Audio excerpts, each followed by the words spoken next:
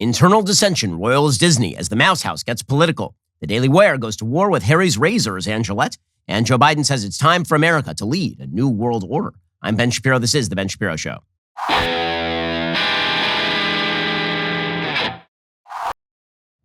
The Ben Shapiro Show is sponsored by ExpressVPN. I talk about them every single show. Why haven't you gotten a VPN yet? Get ExpressVPN right now at expressvpn.com/Ben. So I have a lot of small kids at my house, and they are constantly just grabbing things and making things messy. And here's the thing. What you really don't want is your kids getting a hold of some of the chemicals that you have to clean your house, and then things get kind of dangerous. This is why I rely for all my cleaning purposes on Naturally It's Clean. Did you know you can get a hospital-grade cleaning product that won't leave harmful chemicals on all of your surfaces? Introducing Naturally It's Clean, a home cleaning company dedicated to providing the most effective cleaning products for your home while reducing the use of harmful chemicals. Their secret is powerful plant-based enzymes, nature's solution to cleaning. When I say powerful, I'm talking hospital-grade enzyme cleaning power. And given the fact that I have children who basically make my house as dirty as a hospital would be, I need hospital-grade cleaning power. Naturally It's Clean has safer chemistry formulas to clean every area of your home, from the bathroom to your hardwood floors to your kitchen. Every one of their products manufactured right here in the United States. They offer free 2-day shipping direct to your door. I know the owners of the company. They are fantastic. Again, we use it for laundry stain remover. They have floors concentrate. They've got carpet cleaner. They've got everything. So if your kids are messing up your house, this is the thing you need. Or if you're just messing up your house, this is the thing you need. Right now, my listeners can get their hands on Naturally It's Clean Daily Wire Essential Kit, stocked with 4 great products for 15% off. Simply visit naturallyitsclean.com/Ben. Use promo code Ben. That's right. Try out these incredible cleaning products in your home today for 15% off by visiting naturallyitsclean.com/Ben. Promo code Ben. So, why don't we begin with this? Disney is a company that is meant to derive pleasure for children. That is what it is for. It is a company, their entire net worth basically was built on the idea that they were going to give you a safe place to let your children be entertained. That is what Disney was for. It's why I've been taking my babies to Disneyland since they were old enough to go to Disneyland, which in our house was like 6 months old. It's the reason why my kids know all the Disney movies. When Disney gets political, when Disney decides that it is going to let itself be taken over by the LGBTQIA plus minus divided by sign, little caret thingy, little squiggly that goes above the letters in Spanish group, when they decide that they are going to allow their company to be renormalized by the radical trans activists inside the company, they lose business.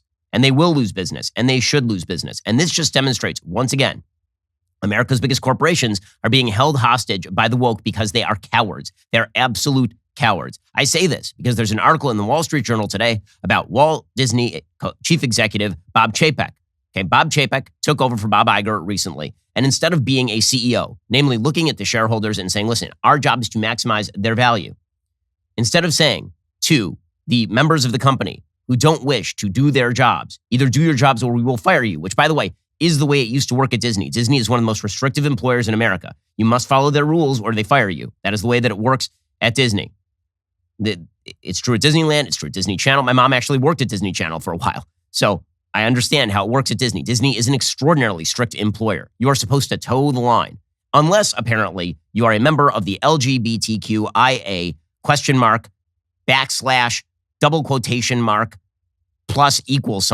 group. If you are those folks, then you get to tell Bob Chapek what to do, because all these people are cowards and they are manipulated by the people inside their company, the woke groups inside their company, combined with the power of the media that wishes to crap all over companies that do not repeat the ridiculous demands of the most radical base.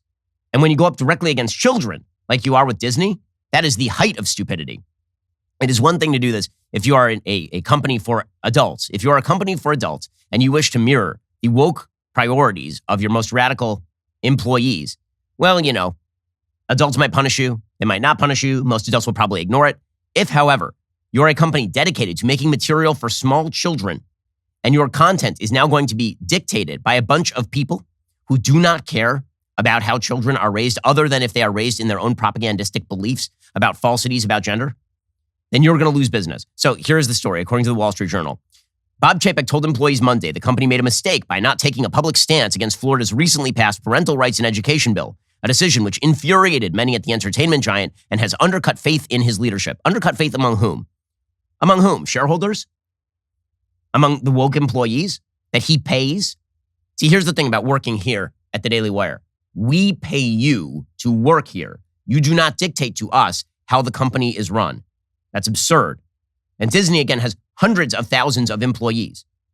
And yet there are people who will sign a letter, like 200 people will sign a letter saying, we're so mad that you didn't speak up about this Florida bill, which, by the way, is not a don't say gay bill. That is an overt lie by the media. The media have been lying about this since day one. They literally started calling it the don't say gay bill because radical LGBT activists called it that, despite the fact the word gay does not appear once in the bill, and it is directed against the indoctrination of kids K through 3, and then age-appropriate indoctrination all the way up.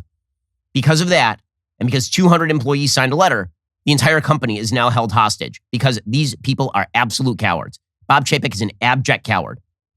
And it is ridiculous. They're held hostage to a tiny percentage of their own employee base because they're super mad. They've got the SADs because Bob Chapek didn't take a stance against the indoctrination of small kids in Florida. Again, a state where Disney World is located. You think Bob Chapek and Disney World are going to relocate Disney World outside of Florida? You think they're going to spend several $1 billion to move Walt Disney World to, say, California, where they shut down Disneyland for a full year and a half because of COVID, despite the fact that Disneyland is mostly outdoors? Disney World, by the way, stayed open since like June of 2020. In a hastily scheduled virtual town hall meeting with Disney leadership and employees, Chapek said he understood the pain the company's initial silence on the bill, dubbed by opponents as "don't say gay," has caused, according to people who attended the event. I and the leadership team are determined to use this moment as a catalyst for more meaningful and lasting change, said Chapek at the opening of the meeting.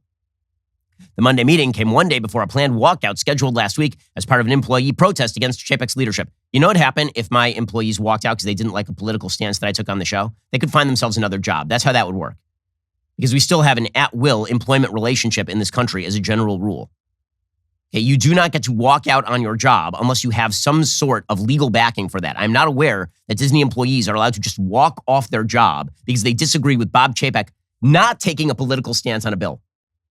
I noticed, by the way, there was no employee walkout when Disney decided to film Mulan in Zhejiang province, where the Chinese are holding 1 million Uyghur Muslims in slavery.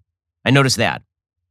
Disney said it would now be aggressive in opposing an effort by Texas Governor Greg Abbott to have the state investigate parents for possible child abuse charges if their transgender children receive hormone blockers or other medical treatments.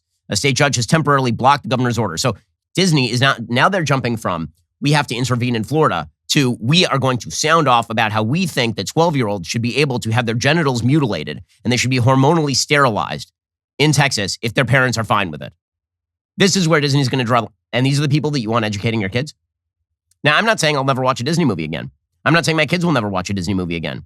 I'm saying that when this stuff makes it into content, as it will with Lightyear, where they've already said that they are going to insert a lesbian kiss between two characters in an animated movie meant for small children, and they're going to do this to please this LGBT base, my kids will not be watching that movie. And I think there are a lot of other parents whose kids will not be watching that movie. There are a lot of other parents who, as they see the propagandistic beliefs of this small radical base take over a massive entertainment company, are no longer going to want to engage as much with that company. And that is correct. The amazing thing here is, again, I keep coming back to the cowardice of the corporate leadership here. They are such unbelievable cowards. And maybe that's because, frankly, people on the right have not organized, people in the center have not organized. I talk about, in my last book, The Authoritarian Moment, I talk about the possibility of renormalization. Renormalization is where you can completely shift an institution by taking about 20% of the people who work for an institution or who are the consumers of an institution, and you make them take an aggressive, hard stand, and then they say to the other 80%, if you go along with us, we'll leave you alone. They basically blackmail corporations into changing how they work. And it doesn't require 50%, doesn't require 100%, it requires maybe 20%, 15%, 10%. If you are loud and you have the media on your side, you're able to completely renormalize an institution that is worth billions upon billions of dollars and that has hundreds of thousands of employees. So here's the point. People on the right need to push back, because if they don't push back, if there isn't a group inside Disney pushing back, then it's going to be very difficult for Disney to feel the heat, which is why it's actually kind of important. Rod Dreher has a piece out today talking about how there is a group inside Disney who have rejected this and who say that they are not willing to go along to get along at Disney. Here's what Rod Dreher writes today. He says, you see the Daily Variety story the other day about how Pixar has restored a same-sex kiss to its upcoming film Lightyear after a gay employee group denounced its corporate parent. The Walt Disney Company for not taking a tougher line against the so-called Florida Don't Say Gay bill. Again, that is it's most ridiculous lie since Covington Catholic. It really is. That the media decided to label a bill literally does not say the word gay. Don't say gay. And by the way, how out of touch are Democrats in the state of Florida over this particular bill? They've been putting up giant billboards that just say the word gay all around the state of Florida. I don't think that's going to work out how you think it's going to work out politically, guys. According to Variety, the decision marks a possible turning point for LGBTQ representation, not just in Pixar films, but in feature animation in general, which has remained steadfastly circumspect about depicting same-sex affection in any meaningful light. These disgruntled employees, says Dreyer, changed an entire industry that engineers the imaginations of children around the globe. And to be clear, don't say gay is a lie. The bill is called the Parental Rights and Education Act, and you can read its details in the primary document. The thing that has opponents so upset is that the bill forbids classroom discussion of sexual orientation and gender identity from kindergarten through third grade. That is it. That is what liberals are angry about. So devoted are they to the cause of making little children sexually aware and undermining their psychological stability around sex, they are throwing a massive tantrum over a law that says teachers cannot introduce this stuff to kids under the age of 10. Within Disney, activist employees organized on company Slack channels a staged walkout this week to protest at Disney brass, including Bob Chapek. The cry bullies blame Disney leadership for making its LGBT employees feel, yes, unsafe for not fighting the bill. They have a bunch of demands, which, of course, are extraordinarily radical in orientation. These demands include TWDC, the Walt Disney Channel, must take responsibility for their inaction to protect the rights of LGBTQIA plus children and their families by making substantial contributions to the Trevor Project. They should allocate spending and outline how it will expand a content catalog to represent LGBTQIA. Also, the Walt Disney Channel should create a brand similar to the Onyx Collective, focusing on LGBTQIA creators. Rod Dreyer says, can you imagine what it's like to work at Disney as a political, social, or religious conservative under the reign of this mob of tyrants? You don't have to. Today, a group of anonymous Disney employees have released the following open letter begging the company's leadership to keep the company politically neutral. The letter points out the slacktivists have created a hostile work environment for anyone who doesn't go along with their demands. Here is the open letter text, which a Disney employee leaked to me, says Rod Dreyer, quote, as employees of Walt Disney Company, we believe in the dignity of all people. This is why we do what we do. We write stories, we make costumes, we act in parades, we run cruises, we stream movies, we make magic. We do this because our work contributes to a fountain of wonder that inspires joy, awe, and delight in guests and audiences of all ages. We are proud employees of the Walt Disney Company. We love our jobs because we get to share the wonder of life and human experience with millions of people worldwide. However, over the last few years, one group of cast members has become invisible within the company. The Walt Disney Company has come to be an increasingly uncomfortable place to work for those of us whose political and religious beliefs are not explicitly progressive. We watch quietly as our beliefs come under attack from our own employer, and we frequently see those who share our opinions condemned as villains by our own leadership. The company's evolving response to the so-called Don't Say Gay legislation in Florida has left many of us wondering what place we have in a company actively promoting a political agenda so far removed from our own. Over the last few weeks, we have watched as our leadership has expressed their condemnation for laws and policies we support. We have watched as our colleagues convinced that no one in the company could possibly disagree with them and grow increasingly aggressive in their demands. They insist Walt Disney take a strong stance not only on this issue, but other legislation, and openly advocate for punishment of employees who disagree with them. An internal poll within the company went out a few months ago asking us if we felt accepted in the company. Many of us did not complete it because the nature of the questions made us worry that the results of the poll could be used to target us for quietly holding a position that runs against the progressive orthodoxy Disney seems to promote. Much has been made out of our internal efforts to reimagine tomorrow, but as much as diversity and inclusion are promoted, the tomorrow being reimagined does not seem to have much room for religious or political conservatives within the company. Left-leaning cast members are free to promote their agenda and organize on company time using company resources. They call their fellow employees bigots and pressure Walt Disney to use corporate influence to further their left-wing legislative goals. This, of course, is exactly right. CEO Bob Chapek had the right idea in his original statement that he has since walked back. This is, again, an open letter written to Walt Disney from its conservative employees. In Chapek's own words, as we have seen time and again, corporate statements do very little to change outcomes or minds. Instead, they are often weaponized by one side or the other to further divide and inflame. Disney is far more important and impactful to the world by avoiding politics than it ever will be by embracing a political agenda. But of course, the corporate overlord cowards, they are going to continue to maintain their progressivism. All because a few people are complaining. That's really all this is. Again, they are now saying they're going to get involved in basically trying to force the state of Texas to greenlight the hormonal sterilization of children. This is what they are now involved in, the company that wants to present entertainment to your children. You wonder why conservative parents now have to pre-screen all entertainment from Disney? This would be why. I mean, and here's an example of the Disney employees who have now taken over the asylum. Here is one Disney employee demanding the company take action against Ron DeSantis in Florida. Good luck to you. Seriously, really. I wish good luck to Disney in taking the billions and billions of dollars they sink into Disney World and that entire property in Florida and taking that and moving it somewhere else. Really enjoy yourselves if this is the world that you want to create for yourselves. Because I promise you, parents for thousands of years have lived without Disney. And if you wish to turn our children into pawns in your political schemes to please a few radical activists inside your company, my kids just, they don't, I like them watching many Disney movies. I like many Disney movies myself. I grew up on Disney movies. I'm a big Disney fan. We were Disney annual pass holders in California. I love taking my kids to Disneyland, but I promise you, if you turn your company into a propaganda tool specifically designed at indoctrinating my kids in your values, I will not use Disney products anymore. It is that simple. And there are a lot of parents who are like me. So you have a choice. Do you wish to alienate the parent body, namely your entire clientele, which by polling data supports the Florida bill? Or do you wish to support a few radical employees who believe not only that they get to live their lives the way they want, which again is their prerogative, it's the United States, but that they get to indoctrinate children in their values, and that if you refuse to go along with it, you are the bad guy? Here's one of these Disney employees who's taken control of the company. He says he's sorry. Well, then mean it. Continue to fight for us and stand with us and not donate any more at all. Not just a pause, but a complete shutdown of any future donations into any candidate or into any campaign that stands against the LGBTQ community. Okay, so this employee who's basically crying in front of a gay pride flag is now going to dictate to Bob Chapek where political donations go. Now listen, if Disney wants to not donate politically to anyone, fine. They're a company, they can do whatever they want. But the basic idea that they should only donate to people who a particular base doesn't like, good luck with that, really. Enjoy.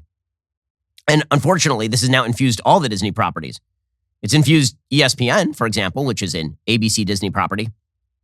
So during the women's Final Four, watched by dozens all over the United States, the ESPN commentators protested the Florida bill on the air in the middle of a women's college basketball game, which has nothing to do with the indoctrination of small children into LGBTQIA plus minus divided sign, percentage sign, caps lock, shift, control option command. Right? That bill has nothing to do with women's college basketball. By the way, if there's a threat to women's college basketball, it's that Juwan Man will soon be playing in the NCAA championships for the women's side, dunking over all of the women. Okay, in any case, over on ESPN, the commentators basically took a moment of silence to protest a bill that has nothing to do with them. The players and coaches in our community are hurting right now. And at 3 o'clock, about 8 minutes ago, our LGBTQIA plus teammates at Disney asked for our solidarity and support, including our company's support in opposition to the parental rights in education bill in the state of Florida and similar legislation across the United States. And a threat to any human rights is a threat to all human rights. And at this time, Courtney and I, we're going to take a pause from our broadcast to show our love and support for our friends, our families, and our colleagues. Wow. Isn't that brave? They're in the middle of a broadcast about basketball, and they're sounding off on all of this. Now, again, corporate America has decided to surrender to these people.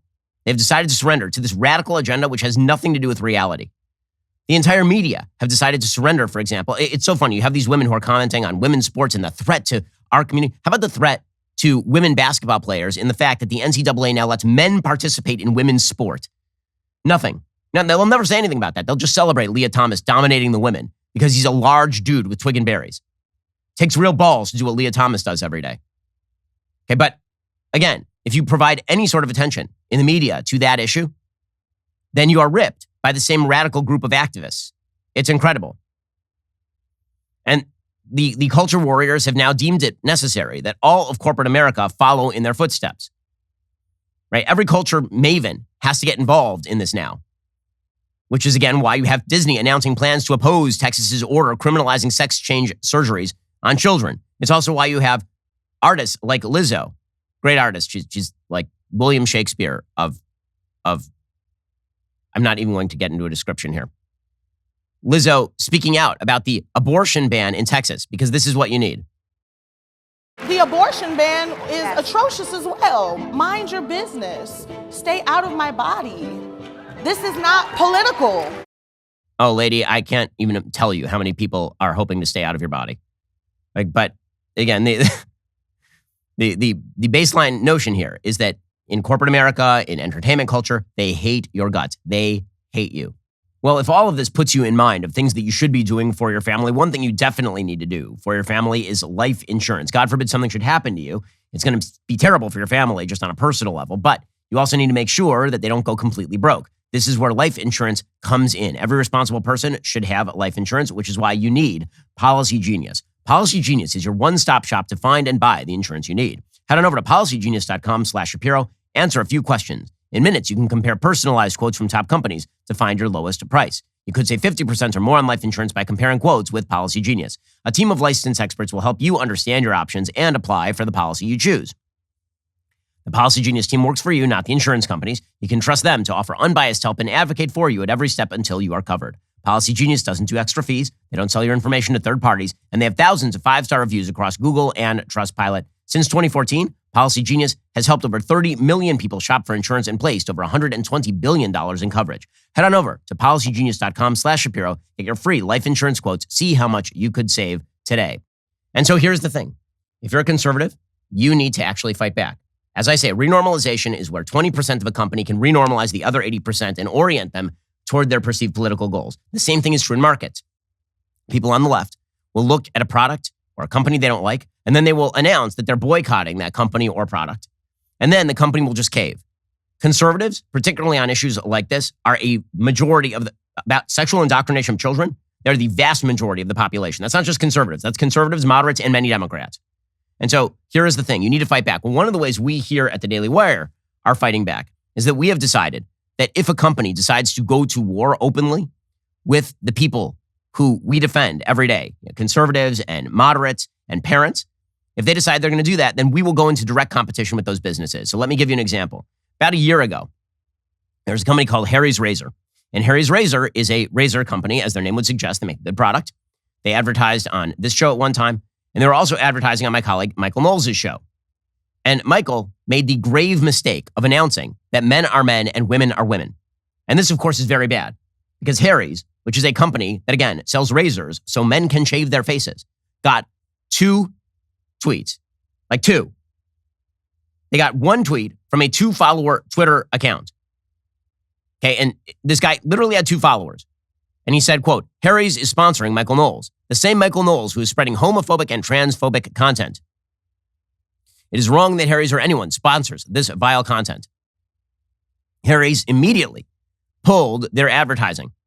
They said, quote, thanks for bringing this up. We condemn the views in this video, which are inexcusable and at odds with our longtime support of the LGBTQ plus community. We've ended our relationship with this show and are looking into our sponsorships to prevent any values misalignment going forward. And this is what Harry said. So they pulled their money from Michael's show because he said men are men and women are women. And so we have decided that we are going to create our own razor company. Because again, we want you to take your money away from woke corporations and give it to non-woke corporations that don't spit in your eye. So we have a website. It's called IHateHarrys.com. And we have launched our own razor brand. It's called Jeremy's Razors. Here's a little bit of the commercial.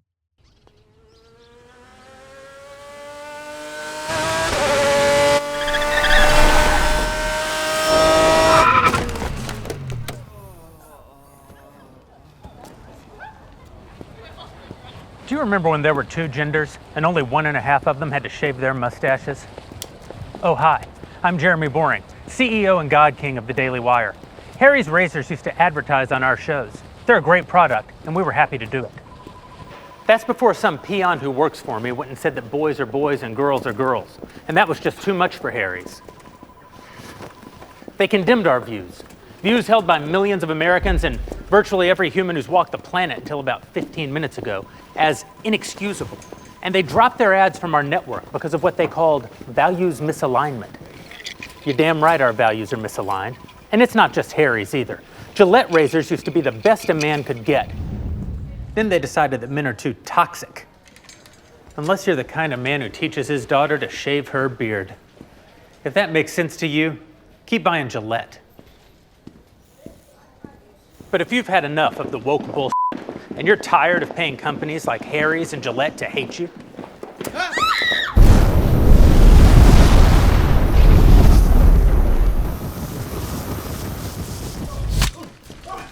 then buy my new razor instead. Okay, so we have launched an actual razor company. Sure, it's a joke, but it's not a joke because you can actually get these razors from anywhere. So yeah, I mean, I pitch a lot of products on this program, but here is the thing. When you buy the Jeremy's razors, right? When you buy the Jeremy's razors, then what you will be getting is a product that does not hate your guts. The product's actually really good. But the most important thing is that people on the right have to stop sort of complaining about the fact that corporate America is being taken over, and they have to start creating companies to rival the bad companies. They have to start taking their money and putting it where their mouth is, because otherwise all of these other companies, the Disneys of the world, they are going to be held hostage by these small groups of radicals who are then going to renormalize those companies and use them as weapons against you and your family. That is what is happening right here. And it is scary and it is very, very bad. And so, listen, I'd love to make money off of more Americans taking their money away from places like Gillette, which did in fact make a commercial talking about toxic masculinity and the evils of masculinity, and made a commercial about men teaching their transgender sons, meaning girls, to shave their faces and how tolerant this makes them. I would love to make money off of people who no longer want to patronize those companies. Listen, I like money. Money's great.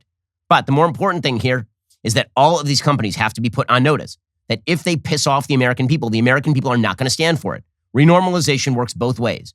And if the American people do not wish to see major American brands that are directed at teaching their kids like Disney move to the left, they're going to have to explicitly say no at a certain point here. And they're going to have to ignore the predations of the media. Now, all of these companies are driven by media coverage. So there's an article in the Washington Post today, for example, called "Activists Face an Avalanche of Anti-Transgender Bills."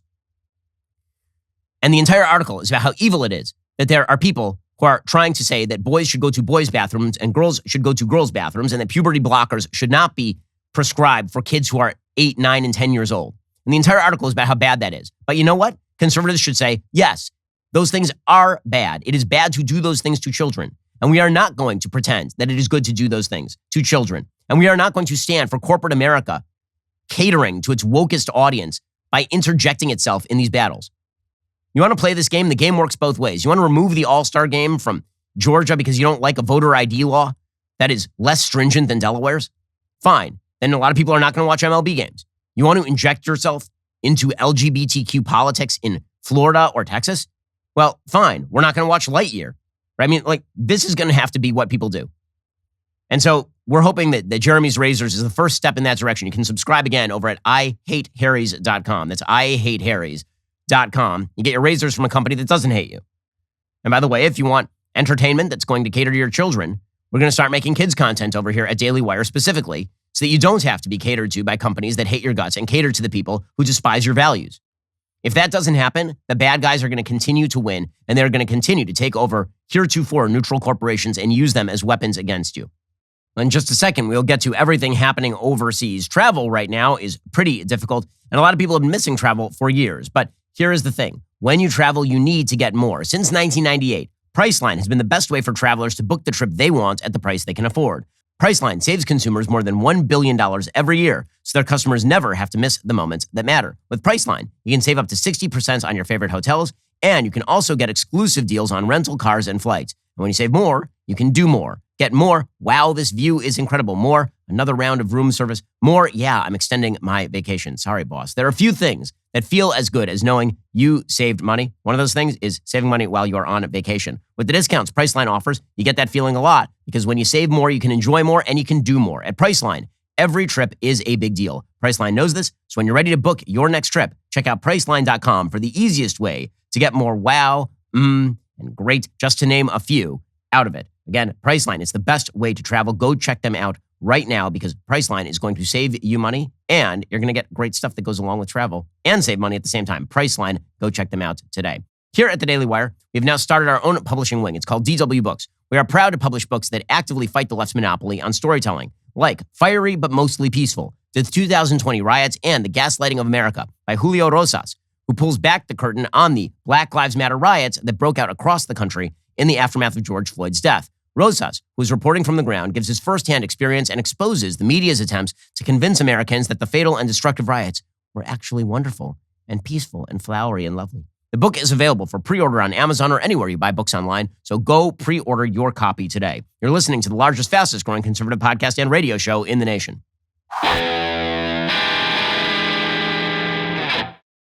Meanwhile, over in Russia, Vladimir Putin continues to ratchet up all of the violence in Ukraine. The violence has been ratcheting up in Mariupol, which has refused to surrender to this point. According to the New York Times, Russian forces have been pounding cities across Ukraine, leaving a patchwork of death and destruction, including one that blasted a once bustling shopping mall in Kyiv into a smoldering ruin with one of the most powerful explosions to hit the city since Russia's war on Ukraine began. In the besieged and ravaged southern port city of Mariupol, residents braced for renewed attacks after the Ukrainian government rejected a Russian ultimatum to surrender the city. And the Russian talks with Ukraine are moving pretty slowly, according to the Kremlin spokesman, Dmitry Peskov. He said making details of the talks public would only harm the negotiation process at this point. For the negotiations, Prime Minister Naftali Bennett of Israel, who's been acting as sort of a go-between, and the reason he's a go-between is because he's fairly friendly with Ukraine, and meanwhile, he has to negotiate with Russia thanks to Barack Obama's idiocy. Barack Obama handed over Syria to the Russians, which means that Israel has to have a back channel whereby they let the Russians know that they're about to knock out, for example, a Hezbollah base in Syria. So Naftali Bennett has become sort of a go-between. He said he's prepared to visit Kyiv for mediation between Ukraine and Russia. After an invitation from the Ukrainian government, his office said he'd be ready to travel if negotiations reached a sufficient level of seriousness. Meanwhile, the Russian Grandmaster Sergei Karyakin has been suspended from chess for 6 months over backing President Vladimir Putin and the invasion of Ukraine, which, by the way, is ridiculous. I'm sorry. Like, you take a political position in support of Putin and suddenly you can't play chess. That's really, really silly. But Joe Biden has been going around to various areas and talking about how it's time for a new world order. So Joe Biden was speaking about the current global climate during a speech with some of America's top CEOs attending a business roundtable.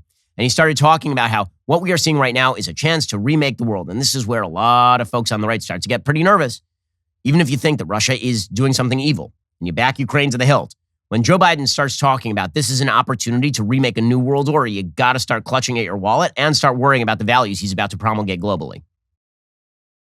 And now is a time when things are shifting. There's going to be a new world order out there, and we've got to lead it. And we've got to unite the rest of the free world in doing it. So what exactly does he mean by new world order? Right? This is always the big question. So if he just means that we have to unite against Russian predations in Ukraine, sure. If what he means is that we have to radically reshape the world economy, which seems to be on the minds of a lot of our quote-unquote global leadership class, that is a different story.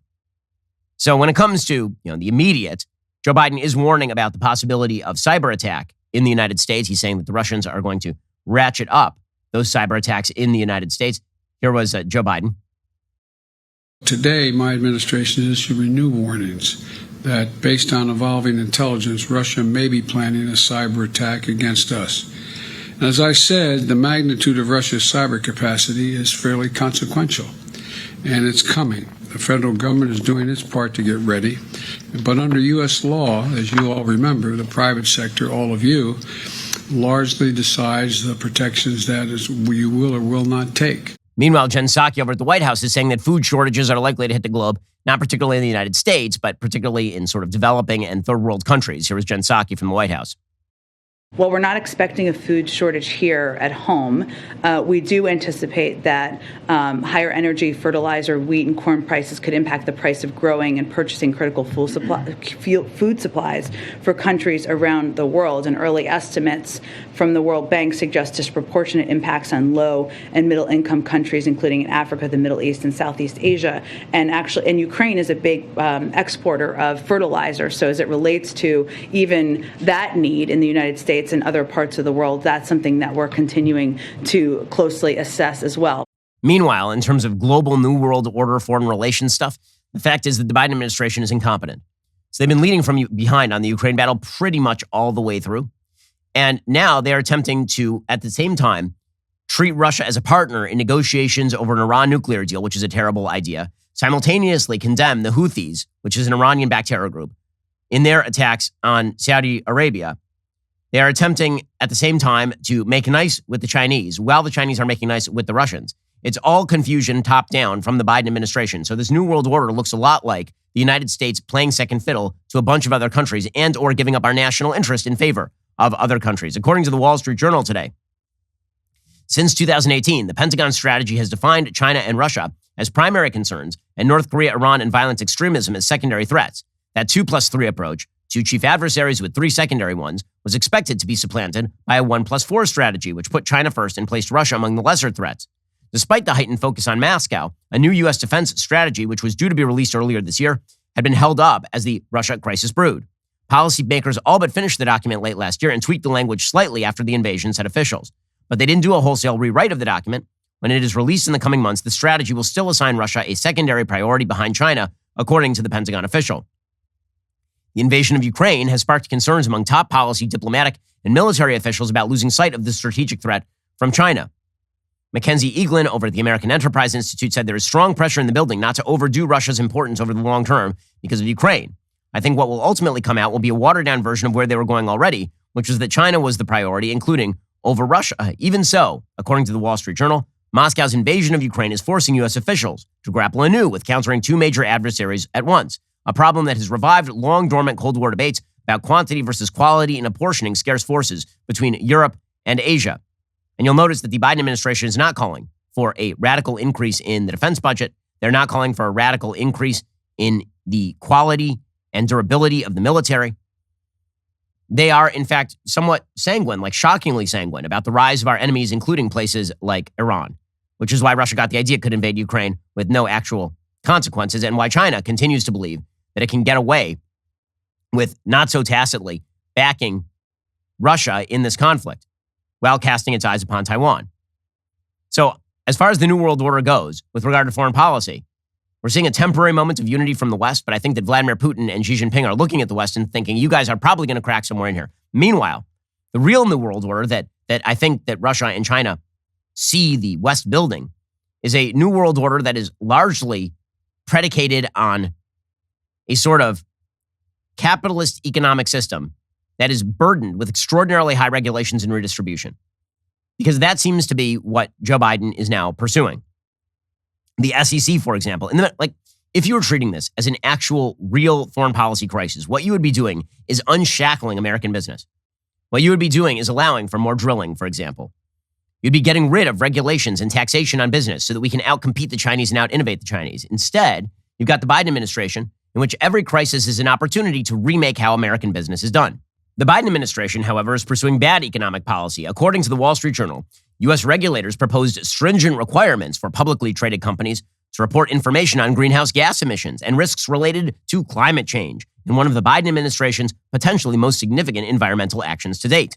The SEC formally offered a 534-page proposal on Monday that would force publicly traded companies to report greenhouse gas emissions from their own operations as well as from the energy they consume and to obtain independent certification of their estimates. So the idea here is that now if you want to be a publicly traded company, you're supposed to demonstrate how much carbon you use so we can tax you. Now, does this seem like a policy that is well geared toward the growth of American industry? Again, when it comes to climate change, you can accept all of the IPCC estimates about the volatility of the climate and about human contributions to that volatility. You can accept the range of estimates, which range from somewhat severe consequences to fairly mild consequences over the course of the century.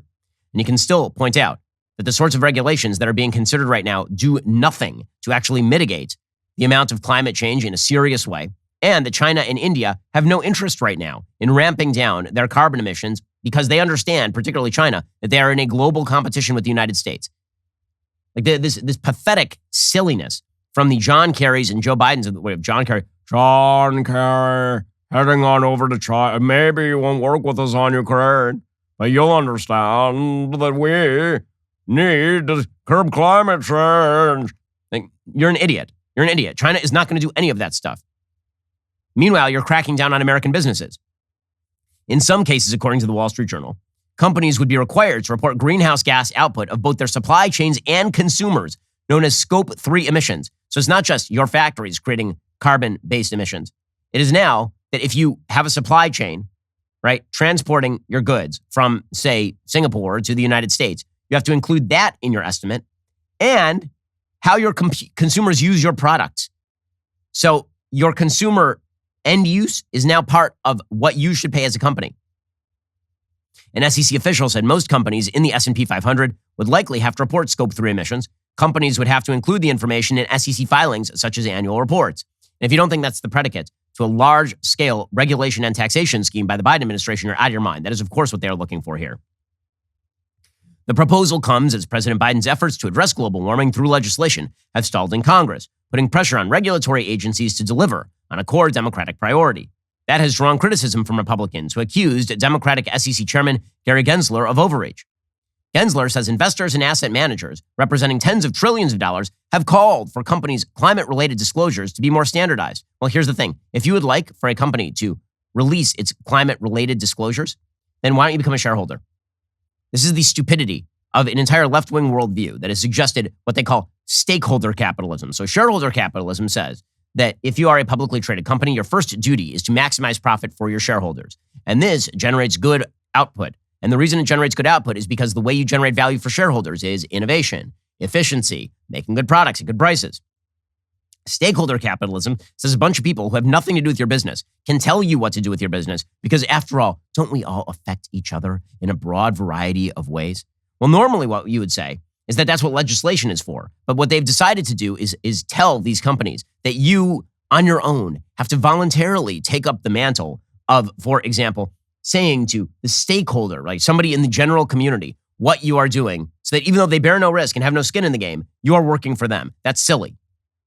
Hundreds of firms have already begun reporting data about their carbon emissions and other climate-related metrics, but SEC officials say current disclosures are inconsistent and hard for investors to compare.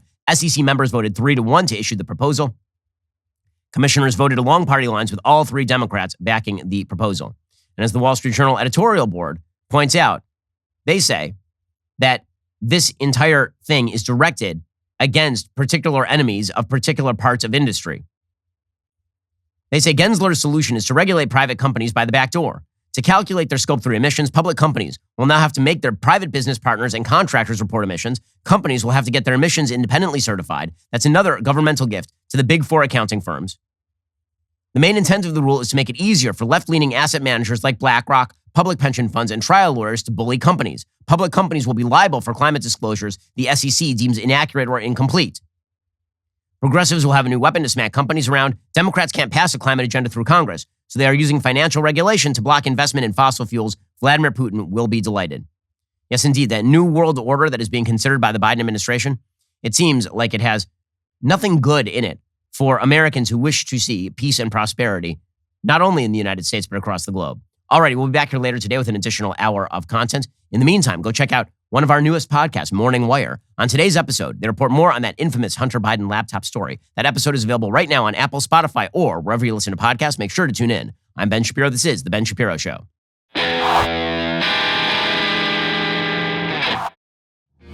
The Ben Shapiro Show is produced by Elliot Feld. Executive producer Jeremy Boring. Our supervising producer is Mathis Glover. And our production manager is Pavel Wydowski. Associate producer Bradford Carrington. Editing is by Adam Sayevitz. Audio is mixed by Mike Coromina. Hair and makeup is by Fabiola Cristina. Production assistant Jessica Crand. The Ben Shapiro Show is a Daily Wire production. Copyright Daily Wire 2022. Georgia Howe here, co-host of Morning Wire. Wake up every morning for your daily dose of news in 15 minutes or less. On today's episode, President Biden faces tough questions about his son, conservative employees at Disney speak out, and the Senate begins confirmation hearings for Ketanji Brown Jackson. Join us and get the facts first on the news you need to know with our show, Morning Wire.